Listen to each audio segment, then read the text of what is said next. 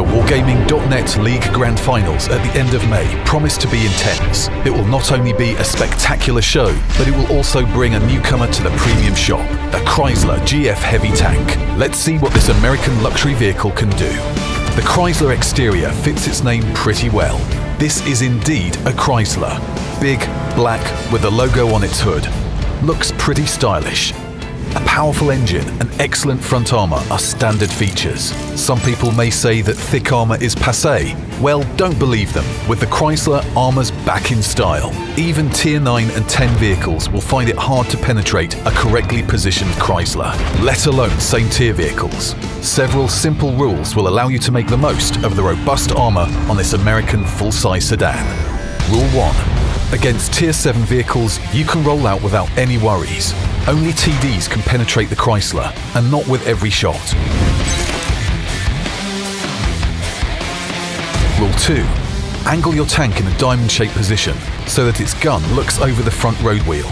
Angled like this, you won't even need any cover. Many Tier 8 vehicles will be helpless against you.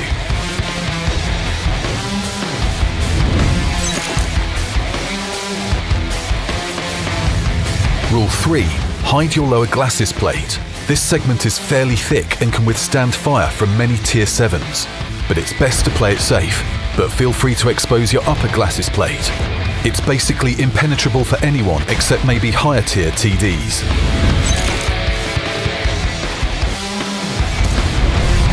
Angle your hull at 20 degrees. At angles like this, even Tier 10 medium and heavy tanks will have to work hard to penetrate you with a standard shell. Most importantly, don't angle your hull too much. The enemy will start perforating you if you show too much side armour.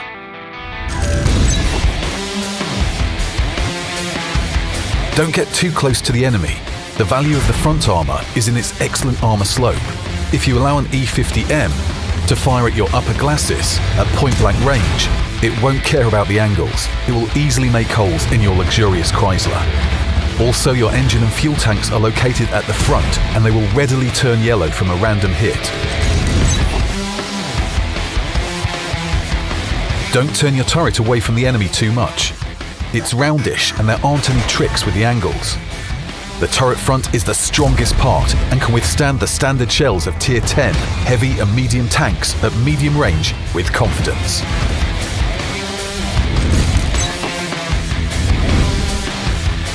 Remember that the turret is mounted at the rear, so the gun depression is poor, only 6 degrees. So don't even try to fire from hilltops and dunes. It will do no good. So the ideal position for the Chrysler looks something like this. Lower glacis plate hidden, about 100 meters from the enemy, with cover nearby for reloads. You just need to find a position like this in the key sector of the battlefield and reach it as soon as possible. A powerful engine gives you a good chance to reach that perfect spot in time. The Chrysler can reach a top speed of 35 kilometers per hour, and the 20 horsepower per ton power-to-weight ratio lets it accelerate quickly. Among all Tier 8 heavy tanks, only the French can compete with the Chrysler. Even some medium tanks will lag behind. So it's entirely possible that you'll be in position earlier than the enemy expects. Being able to battle on your own terms gets you halfway to victory. It's very difficult to fight against a properly dug-in Chrysler. The new American also handles nicely in city driving. Excellent dynamics allow it to roll out from cover and get back into cover quickly. But the Chrysler's biggest advantage is its awesome aim time. Among Tier 8, 9 and 10 heavy tanks, only the Carnarvon and the FV215B can come near it. Among medium tanks, only the Leopard 1 and M48A1 are a match. The whole rollout, aim, fire, hide procedure takes just seconds. Many heavy tanks can only roll out during this time. The Chrysler has a decent average damage per shot of 320 and a good fire rate. The only drawback is penetration with a standard shell, 198mm. Of course, there are APCR rounds with penetration of 260mm for emergencies. However, aiming at vulnerable spots is no problem with that nimble gun.